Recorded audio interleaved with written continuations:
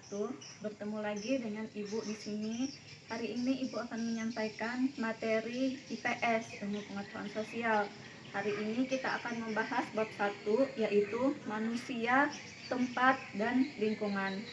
Langsung saja kita masuk pada bagian A, yaitu ruang dan interaksi antar ruang. Apa sih yang dimaksud dengan ruang? Sebelumnya, kalian lihat gambar berikut ini. Apakah ini yang dimaksud dengan ruang? Atau ini yang dimaksud dengan ruang?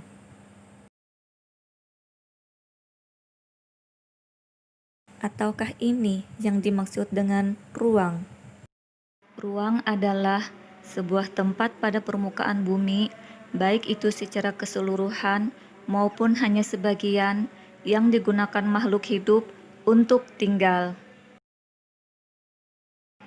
Jadi, baik itu tempat tertutup maupun terbuka, di mana tempat makhluk hidup tinggal, semua dapat dikatakan sebagai ruang. Nah, apakah kalian sudah paham apa yang dimaksud dengan ruang? Selanjutnya, apa sih yang dimaksud dengan interaksi keruangan? Sebelumnya, kalian harus memahami apa itu interaksi. Berikut ini adalah contoh-contoh interaksi. Assalamualaikum warahmatullahi wabarakatuh. Selamat pagi anak-anak.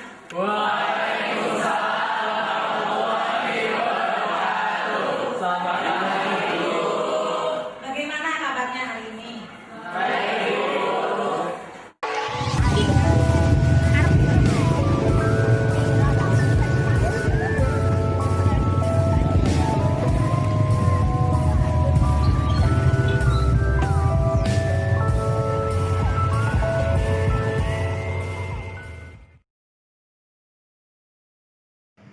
Menurut Bintarto, interaksi merupakan suatu proses yang sifatnya timbal balik dan mempunyai pengaruh terhadap tingkah laku, baik melalui kontak langsung atau tidak langsung.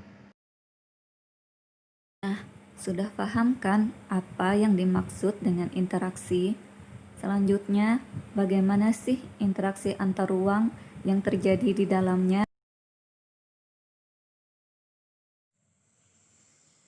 Jadi, setiap ruang di muka bumi itu tidak sama antara satu dengan yang lainnya.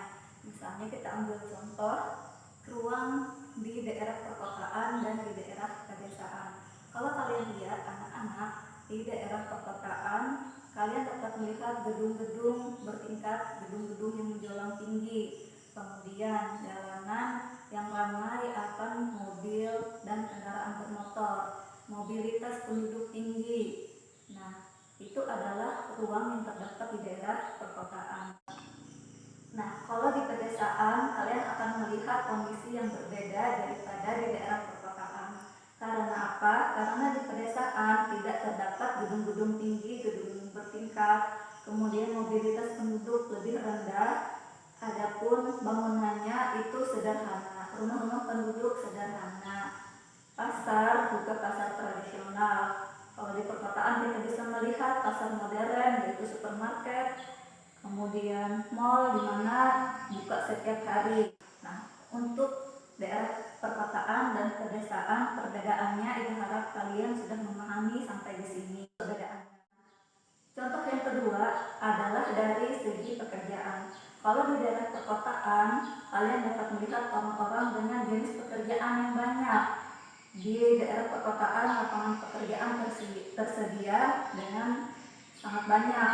Contohnya, orang bekerja di perusahaan, kemudian ada yang menjadi vlogger. Nah, itu. Kemudian contoh yang kedua adalah pekerjaan orang-orang di daerah pedesaan, di mana mayoritasnya hanya mengandalkan alam, seperti bertani atau mencari ikan. Di daerah daratan, penduduknya bertani, bercocok tanam. Kemudian di daerah laut, masyarakatnya lebih mengandalkan hasil laut seperti mencari ikan. Nah, itu adalah contoh yang kedua dari perbedaan interaksi antar ruang dari perkotaan, pedesaan, kemudian wilayah daratan dan wilayah contoh tadi, dapat kita ambil kesimpulan bahwa tidak ada satupun ruang di muka bumi ini yang bersifat sama.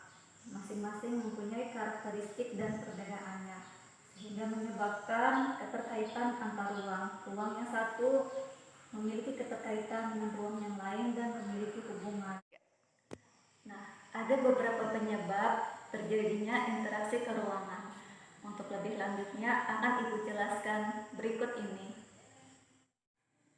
Nah, interaksi keruangan dapat terjadi jika dalam kondisi yang pertama adalah kondisi saling melengkapi. Maksudnya di sini adalah misalnya kotak A dan kotak B. Kotak A adalah penghasil ikan, sedangkan kotak B adalah penghasil sayur-sayuran. Misalnya saja kotak A kekurangan sayur, kotak B kekurangan ikan. Nah, jadi kotak A dan kotak B dapat saling melengkapi dengan kotak A mengirim ikan ke kotak B, kemudian kotak B mengirim ikan ke kotak A. Itulah maksud dari kondisi saling melengkapi. Jadi kebutuhan ikan dan kebutuhan sayur dari kotak A dan kotak B itu tercukupi. Nah, yang kedua adalah kesempatan antar keruangan. Kesempatan antar keruangan dapat terjadi sebagai alternatif dari tempat asal atau tempat tujuan. Maksudnya adalah apabila dari kotak A ke kotak B, kotak A adalah penghasil ikan, kemudian ingin menjual ikannya ke kotak B. Tetapi kemudian ada kotak C yang mana jarak antara kotak A ke kotak C lebih dekat dari A ke kotak B. Maka si penjual dari kotak A dapat memilih untuk menjual ikannya ke kotak C. Nah, kemudian hubungannya menjadi berkurang antara A dan B. Itu adalah maksud dari kesempatan antar keruangan. Contoh yang ketiga adalah kemudahan transfer. Nah, dalam kegiatan jual dan beli, si penjual menginginkan keuntungan lebih banyak daripada modal yang dikeluarkan maupun biaya transportasi yang dikeluarkan. Misalnya si penjual ikan dari kotak A ke kotak B, kemudian di kotak B terjadi kerusakan jembatan atau kerusakan jalan sehingga menyebabkan biaya transportasi lebih mahal, sehingga si penjual ikan dari kotak A memutuskan untuk tidak menjual ikannya ke kotak B karena akan memakan biaya transportasi yang lebih banyak. Nah, itu adalah yang dimaksud dengan kemudahan transfer. Sampai di sini yang Ibu sampaikan. Ibu harap anak-anak dapat memahami materi hari ini dengan baik. Nah, anak-anak, apakah kalian sudah paham apa yang dimaksud dengan ruang dan interaksi antar ruang? Sampai di sini dulu materi IPS yang Ibu sampaikan. Sampai ketemu pada materi IPS berikutnya. Wassalamualaikum warahmatullahi wabarakatuh.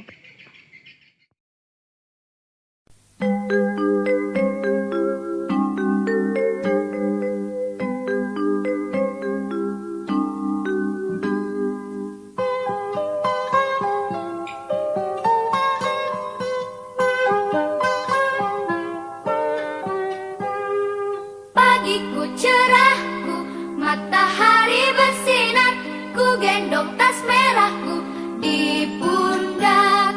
Selamat pagi semua, ku nantikan dirimu di depan kelasmu, menantikan kami. Guruku tersayang, guru tercinta, tanpamu apa jadinya aku? Tak bisa baca tulis, mengerti banyak hal,